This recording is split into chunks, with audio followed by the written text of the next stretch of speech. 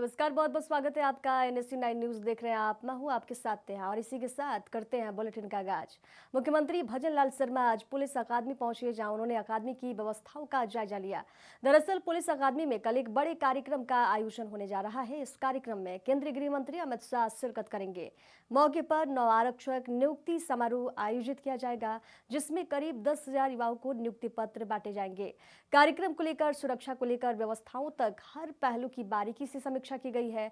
मुख्यमंत्री ने अधिकारियों को सभी तैयारियां समय पर और व्यवस्थित रूप से पूरी करने के निर्देश दिए।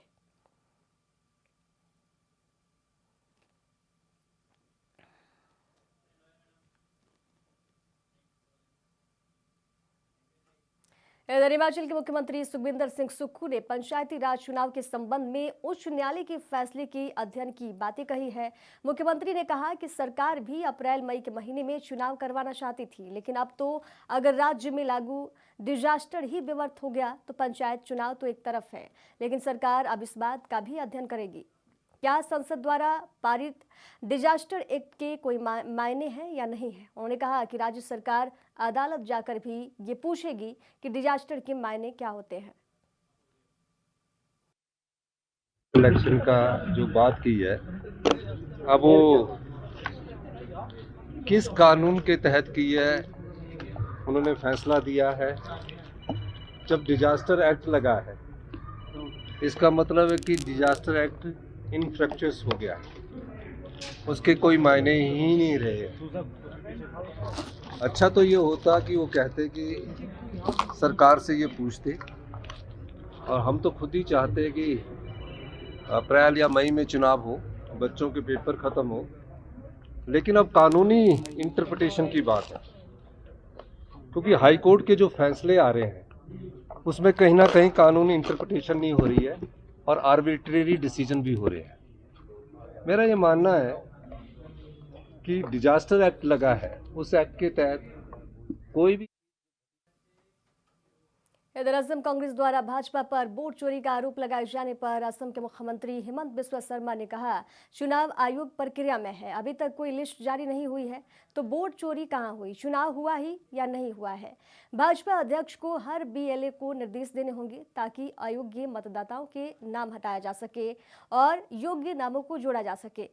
यही पूरी प्रक्रिया, इसलिए ये पूरी प्रक्रिया हो रही है।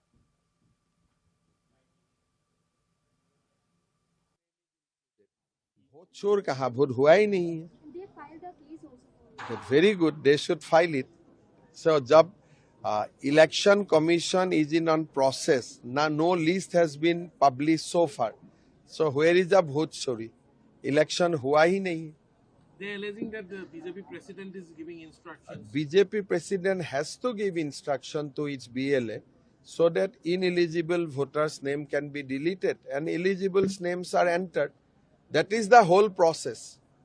Otherwise, why the voter list should be revision if nobody's name is deleted and nobody's name is included? So that's the reason why entire exercise is on. But every party can do that, not only. इधर केंद्रीय मंत्री अश्विनी वैष्णव ने कहा, पिछले साल weavers नाम का एक नया प्लेटफॉर्म बनाया गया था। इस प्लेटफॉर्म की वजह से क्रिएटर इकोनॉमी में बहुत बड़ा सुधार हुआ है। हमारा लक्ष्य 1 करोड़ युवाओं को क्रिएटर इकोनॉमी से जोड़ना है। इससे रोजगार के नए मौके बनेंगे। वेब्स की वजह से भारत में बनाए गए कंटेंट से कुल 5,000 करोड़ रुपए से ज्यादा का बिजनेस हुआ है।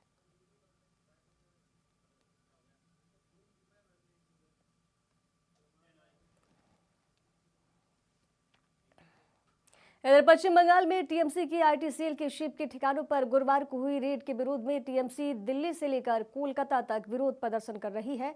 मुख्यमंत्री ममता बनर्जी ने ईडी पर 2 FIR भी दर्ज कराई है। साथ ही वे कोलकाता में मार्च भी निकालेंगी। इधर कोलकाता हाईकोर्ट ने कोर्ट परिसर में भारी भीड़ और हंगामे की वजह से ईडी की याचिका पर सुनवाई टाल दी है। याचिका में ममता बनर्जी के खिलाफ छापेमारी के दौरान हस्तक्षेप करने के आरोप में FIR दर्ज करने की मांग की गई थी।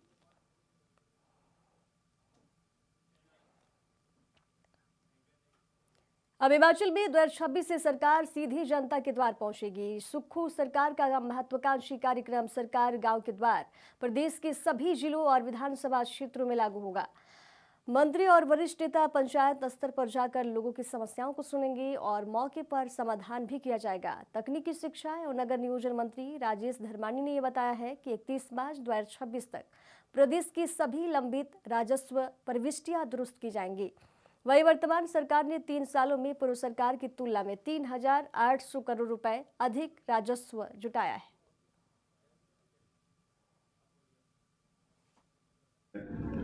माननीय मुख्यमंत्री जी ने निर्णय लिया था कि हम एक कार्यक्रम शुरू करेंगे जिसका नाम है सरकार गांव के द्वार, और इसमें हमारे पार्टी के जो वरिष्ठ नेता हैं, मंत्री हैं, और कुछ जहां पे जिन जिलों में मंत्री नहीं हैं वहां पे जो सीनियर मोस्ट विधायक हैं उनको भी ड्यूटी लगाई गई कि वो गाँव की एक पंचायत में जाएंगे और वहाँ पे लोगों की समस्याएं सुनेंगे और उनका समाधान निकालेंगे।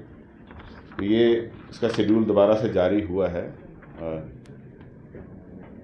माननीय मुख्यमंत्री जी ने 2 जनवरी को एक रेवेन्यू डिपार्टमेंट की मीटिंग ली थी। उस दिन निर्णय लिया था, उनके आदेश थे कि जनवरी 2026 में ही सभी जिलों में इधर कुरुक्षेत्र में 3 दिवसीय पशु मेले का आयोजन किया गया है, जिसमें आज पहले दिन हरियाणा के शिक्षा मंत्री महिपाल ढांडा ने मुख्य रूप से शिरकत की। शिक्षा मंत्री महिपाल ढांडा ने ये कहा कि बहुत अद्भुत मेला लगाया गया है। शिक्षा मंत्री महिपाल ढांडा ने विपक्ष पर भी निशाना साधा, कहा कि जो लोग किसानी को लेकर आरोप लगाते रहे हैं उनको यहाँ पर आकर देखना चाहिए कि अब किसान कितना प्रोग्रेसिव किसान हो गए हैं। आज किसान आधुनिकता को अपनाकर तेजी के साथ आगे बढ़ रहे हैं।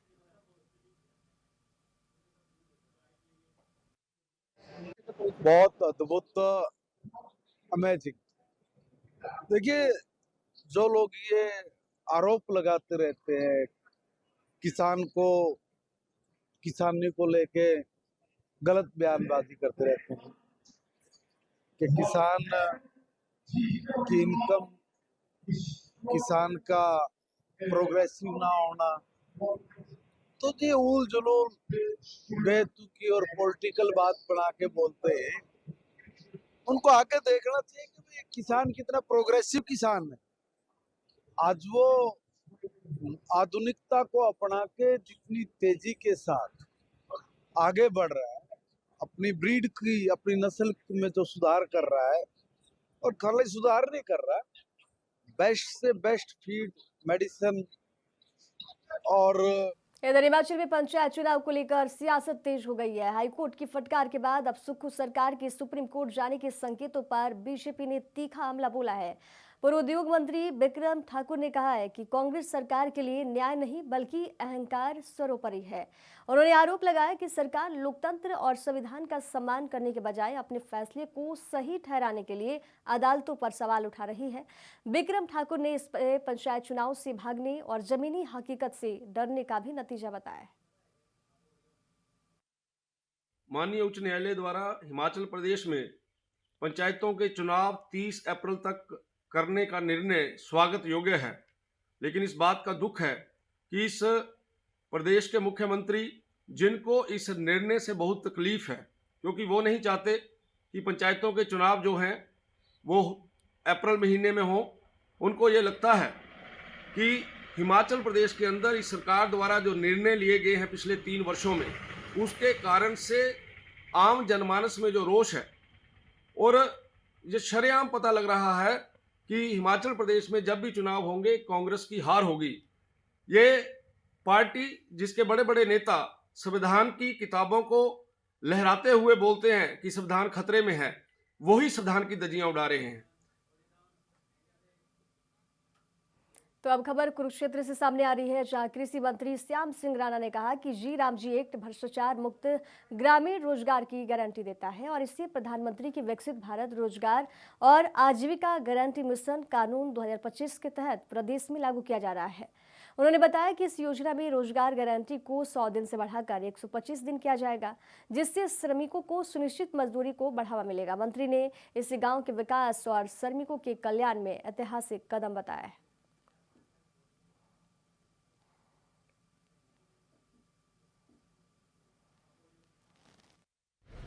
मैं समझता हूँ अभी माननीय मोदी जी ने 20 साल के बाद जो एजेंडा अब विकसित भारत का है।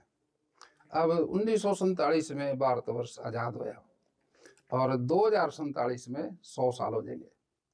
तो 100 साल 2047 में विकसित भारत का लक्ष्य को पूरा करना, हर योजना उसके ही मुताबिक बनाने लग रहे हैं। भाई विकसित भारत में सहयोग मिले, अर्थव्यवस्था का सुधार हो, हर व्यक्ति की आय बढ़े।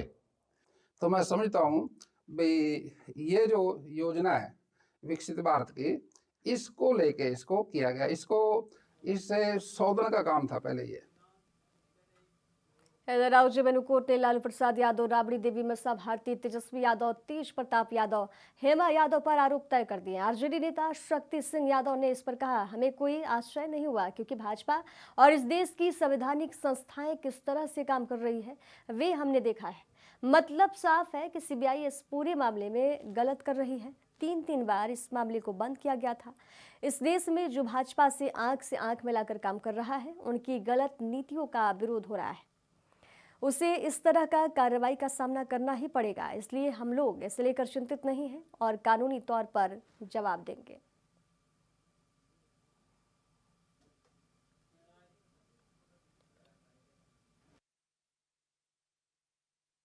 हम लोग तो कोई आश्चर्य नहीं किया, इसलिए नहीं कि भारतीय जनता पार्टी और इस देश की जो संवैधानिक संस्थाएं हैं वो किस कदर इन दिनों काम कर रही है सत्ता प्रतिष्ठान के आलोक में बताने की आवश्यकता नहीं है। आपको यह भी देखा होगा कि लगभग हाफ सेंचुरी से अधिक लोगों को बरी किया गया। मतलब साफ है कि सीबीआई इस पूरे मामले में गलत किया और ये 3 बार इस मामलों को बंद किया गया था। सीबीआई की लीगल विंग ने भी इसे एडमिट करने से इनकार किया था, लेकिन बलात् सत्ता के अहंकार के कारण इन चीजों को लाया गया। अभी तो कई तरह की चीजें होने बाकी है उस पर। राजस्थान में पंचायती राज चुनाव की सरगर्मी तेज हो गई है। इसी बीच प्रदेश कांग्रेस अध्यक्ष गोविंद सिंह डोटासरा ने बीजेपी पर राजनीतिक दुर्भावना से परिसीमन और चुनाव प्रक्रिया को प्रभावित करने का आरोप लगाया है। उन्होंने कहा कि कांग्रेस विचारधारा से जुड़े जिला परिषद सदस्यों के साथ बैठक कर चुनावी रणनीति पर चर्चा की जा रही है ताकि आने वाले चुनाव में कांग्रेस मजबूती के साथ मैदान में उतरे।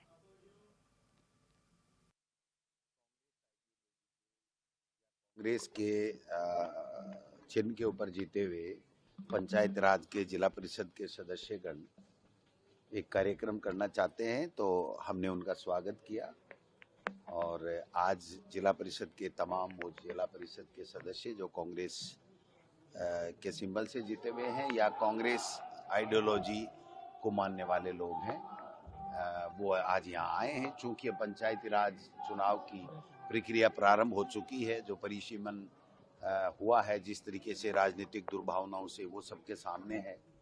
पुरानी वोटर लिस्ट से ये चुनाव करा रहे हैं जिसको ये गलत वोटर लिस्ट मानते हैं और दूषित वोटर लिस्ट मानते हैं। सही वोटर लिस्ट फरवरी के आखिरी में 25 फरवरी को आएगी। जिला परिवहन एवं सड़क सुरक्षा विभाग द्वारा राष्ट्रीय सड़क सुरक्षा माह के अंतर्गत बाड़ी में समझाइश अभियान चलाया गया। इस दौरान जिला परिवहन अधिकारी गौरव यादव ने बताया, हमारे द्वारा पूरे जिले में 31 दिवसीय सड़क सुरक्षा माह का आयोजन किया जा रहा है, जिसके अंतर्गत बाड़ी में वाहन चालकों के साथ समझाइश की गई। परिवहन निरीक्षक दीपक शर्मा ने बताया कि बाड़ी स्थित निजी टैक्सी स्टैंड पर चालकों के साथ समझाइश अभियान चलाया गया। टैक्सी चालकों को ये हिदायत दी गई कि वे निजी वाहनों को टैक्सी में न चलाएं और बिना टैक्सी परमिट के वाहन का उपयोग यदि करते हुए पाए जाते हैं तो उनके खिलाफ चालानी कार्रवाई की जाएगी। इधर रायपुर नगर निगम की मेयर मीनल चौबे की अध्यक्षता में एमआईसी बैठक में शहर के विकास से जुड़े कई अहम फैसले लिए गए। स्वच्छता, सड़क, नाला निर्माण, जल आपूर्ति, पर्यावरण संरक्षण और नागरिक सुविधाओं को लेकर ठोस कदम उठाने पर भी सहमति बनी। बैठक में विस्थापित दुकानदारों के पुनर्वास, नो फ्लैक्स जोन, जल भराव समाधान और वायु गुणवत्ता सुधार जैसे मुद्दों पर विशेष जोर दिया गया। इस दौरान मेयर ने कहा कि रायपुर को स्वच्छ, सुरक्षित और बेहतर शहर बनाने के लिए सभी काम पारदर्शी और समयबद्ध तरीके से किए जाएंगे।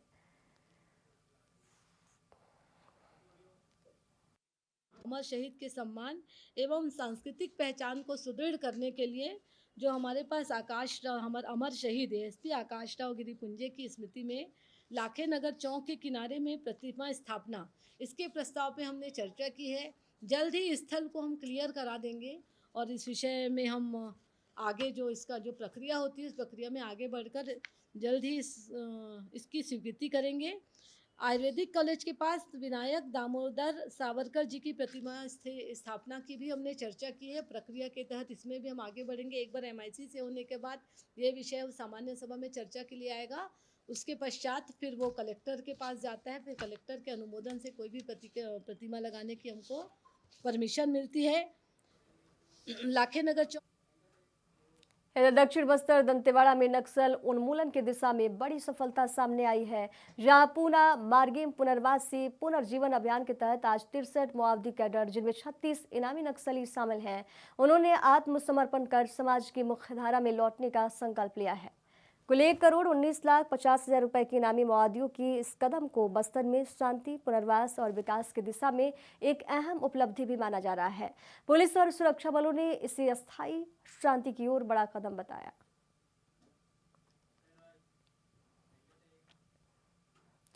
मौसम की मौजूदा स्थिति को देखते हुए चंडीगढ़ में सभी सरकारी सहायता प्राप्त और निजी स्कूलों के लिए स्कूलों का समय बदल दिया गया है और सर्दियों की छुट्टियां जो हैं 13 जनवरी तक बढ़ा दी गई है। जिला शिक्षा कार्यालय ने विद्यार्थियों की सुरक्षा को ध्यान में रखते हुए ये निर्णय लिया है।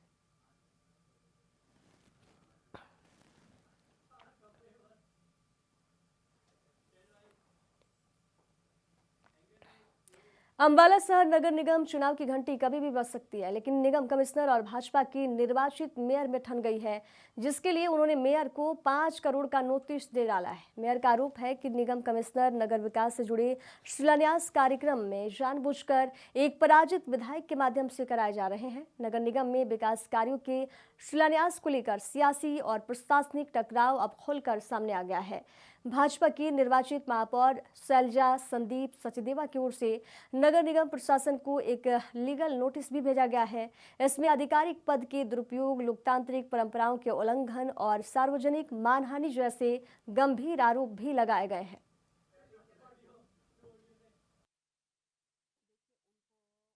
उनकी ही जो कार्यकलाप है, क्रियाकलाप है, उनके जरिए उनको नोटिस दिया गया है। जो नगर निगम के शिलापट बनते हैं उस पर उन्होंने मेरा नाम नहीं लिखा है, और जहां लिखा भी है तो वो मेरे कर कमलों से उद्घाटन वगैरह नहीं हो रहे हैं, शिलान्यास नहीं हो रहे हैं। वो हारे हुए प्रत्याशी के हाथों से कर कमलों से वो शिलान्यास करवा रहे हैं, जो कि अनुचित है। वो संविधान के खिलाफ भी है, कानून के खिलाफ भी है। इसके लिए उन्हें नोटिस दिया गया है। जी, हमने सब उच्च अधिकारियों को अवगत करा दिया गया है। पत्र के जरिए उन सबको संदेश भेज दिए जा चुके हैं कि नगर निगम कमिश्नर ने जब से अंबाला नगर निगम का कार्यभार संभाला है तब से उनकी कार्यप्रणाली संदिग्ध है। किसी भी काम को ना करना, काम को टालना और कानूनी सम्मत कोई कार्य ना करना, ये उनका एक विषय रहा है। इसी के चलते जब महापौर महोदया को ये लगा कि वो अपनी सारी हदें पार कर गए हैं, कानूनन रूप से, संवैधानिक रूप से और प्रचलित इधर यमुनानगर जिले की छछरौली में एक युवक ने कार सवार युवक के साथ न सिर्फ मारपीट की बल्कि उसकी कार को भी चकनाचूर कर दिया। पीड़ित युवक ने छछरौली थाने में इसकी शिकायत भी दर्ज करवाई है और ये भी आरोप लगाए हैं कि उससे 50,000 रुपए छीने गए हैं और आईफोन भी लूट लिया गया। पुलिस इस पूरे मामले की तहकीकात में जुट गई है। गुलाबगढ़ से चला था जी, किसी भाई की कार मांग रखी थी जी मैंने, और मैं बिलासपुर के लिए चला था जी। तो लिद्दी चौक पर जाम लग रहा था जी, तो मैंने सोचा मातेंगे ना मुड़ जा शेर पर ने, तो मैं ना छरौली ने आ गया जी। तो छरौली आएगा माजरी में 2 लड़के मिले जी। एक बुलट पर था जी, बुलट मेरा अग्गा रुकी जी, और उन्हें मेरी गेल हत्था पाई शुरू कर दी जी। कार कूर सारी तोड़ दी जी, और मेरा मारे जी उन्हें, और पैसे भी थे जी। कार में आईफोन था जी। 50,000 रुपये थे जी। किस बात पे मारा, क्या बोला? बस मैंने कह रहे थे जी, कहा तेरे ट्रैक्टर नहीं कट रहे, कहा पैसे दे मरते न्यू, और वार LT वाला बता रहा था जी, अपने आप ने पुलिस वाला बता रहा था जी। कागज वगैरह पूरे थे आपके? हाँ जी, सब कुछ पूरा था जी। अभी सवेरे एक बार हमारे पास मैसेज आया था कि भी यहाँ अपना कॉलोनी के पास किसी कार वाले के साथ बोलचाल हुई है। तो अभी तक कोई सूचना नहीं आई थी, लेकिन अगर वीर सिंह है कोई कंप्लेंट दे रहा है उसके रिगार्डिंग, अभी जस्ट अभी कंप्लेंट आई है हमारे पास, बैठ के बात करते हैं क्या बात हुई क्या नहीं, लेकिन जब दोनों पक्ष सामने आएंगे तभी उस चीज़ को हम क्लियर कर पाएंगे। इधर हरियाणा की भिवानी पुलिस ने नशा तस्करों के खिलाफ बड़ी और सख्त पहल शुरू कर दी है। अब नशा तस्करी में शामिल आरोपियों को केवल गिरफ्तारी ही नहीं होगी बल्कि उसकी अवैध कमाई से बनाई गई प्रॉपर्टी भी अटैच की जाएगी। इस कड़ी में भिवानी पुलिस ने 2 अलग अलग मामलों में कार्रवाई करते हुए करीब 25 लाख रुपए की प्रॉपर्टी अटैच की है। पुलिस द्वारा आरोपियों के साथ 10 तोले सोने, आधा किलो चांदी, घर के इलेक्ट्रॉनिक उपकरणों और अन्य संपत्ति को भी जब्त किया गया है। वहीं मादक पदार्थ हेरोइन बेचने के 2 मामलों में एक महिला और एक युवक को भी गिरफ्तार किया गया है। इस कार्रवाई को लेकर डीएसपी अनूप कुमार ने जानकारी दी है। ये तो शाम जो थाने के अंदर 7/1/25 को जिन्नू पत्नी रोशन निवासी वार्ड नंबर 16 तो शाम जो 10.85 ग्राम हीरोइन के साथ गिरफ्तार किया गया है। ये विचुअल जो ये एनडीपीएस का काम करते थे। इनके अंदर जो इनके पति है रोशन लाल पुत्र रतन सिंह जो आतंक अपराधी, इसके विरुद्ध 27 अभियोग दर्ज है। तो इसी कड़ी के अंदर इसने 10.85 ग्राम जो ये लेडीज है, इसने भी हीरोइन का जो ये काम करती थी ये पकड़ी गई थी। तो हमने 68 एनडीपीएस एक्ट की धारा है उसके तहत इनकी संपत्ति भी इनके साथ अटैच की, जिसके अंदर सोना है, चांदी है और इलेक्ट्रॉनिक सामान है, फर्नीचर है, ये हमने अटैच किए। इसके अंदर राशि का भी पूरा मोटा। धौलपुर की सालेपुर से कौलारी जाने वाला सड़क मार्ग पूरी तरह से जर्जर हो चुका है। लंबे समय से सड़क मार्ग पर विभाग द्वारा पैच वर्क भी नहीं करवाया गया, जिसके चलते सड़क की स्थिति और भी खराब हो रही है। सड़क मार्ग में जगह जगह बड़े बड़े गड्ढे बन चुके हैं। इन गड्ढों में आए दिन दोपहिया वाहन चालक हादसे का शिकार हो जाते हैं, लेकिन जिम्मेदारों का इस ओर कोई ध्यान नहीं है। लोगों ने प्रशासन से मांग की है कि हमें गड्ढा मुक्त ही सड़क चाहिए।